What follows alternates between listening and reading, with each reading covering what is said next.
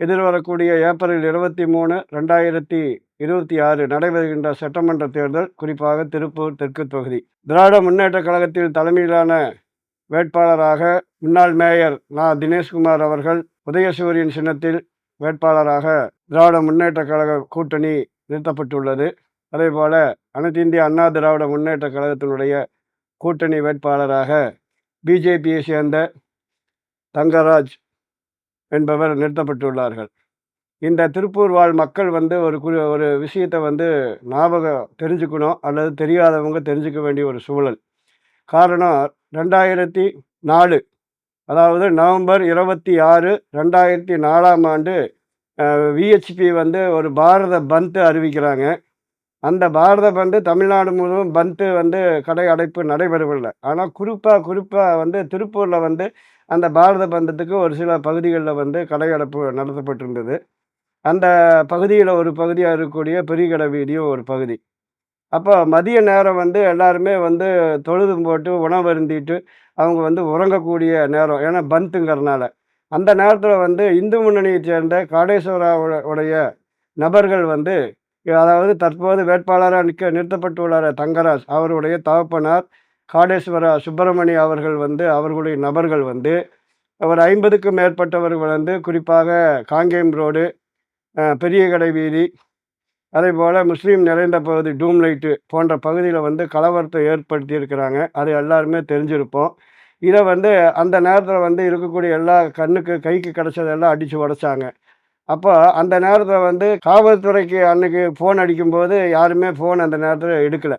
ஆனால் ஒரு குமுதம் ரிப்போர்ட்டர் வார பத்திரிகைக்கு காடேஸ்வரா சுப்பிரமணி அவர்கள் ஒரு பேட்டி அளிச்சிருந்தாங்க. அந்த பேட்டியில் அவர் என்ன சொல்கிறார் அப்படின்னு கேட்டால், நான் மட்டும் கண் அசைச்சிருந்தேன்னு சொன்னால் இங்கே 10 தலை உருண்டுருக்குன்னு சொல்லி போட்டு ஒரு வாசகத்தை அவர் அந்த பத்திரிகைக்கு பேட்டி அளிக்கிறார்.